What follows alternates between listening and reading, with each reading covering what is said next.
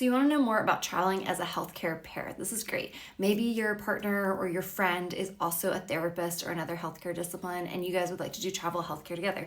It's definitely doable. My husband and I are both physical therapists, and we travel together as a PT pair, off and on for about 10 years.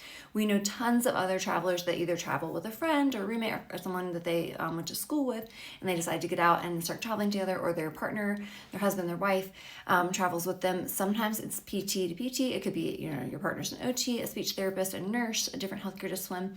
It really depends on the availability of jobs though. So you may have to be a bit more flexible when you're traveling as a pair. You may not always be able to find 2 jobs in the same area that is going to be your top location and setting choice. So sometimes you have to be a bit more flexible on the setting and or location.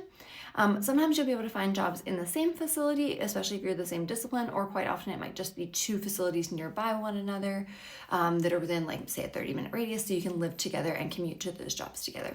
So what you'll do is you'll work with a few recruiters, maybe one recruiter at company A, one at company B, one at company C.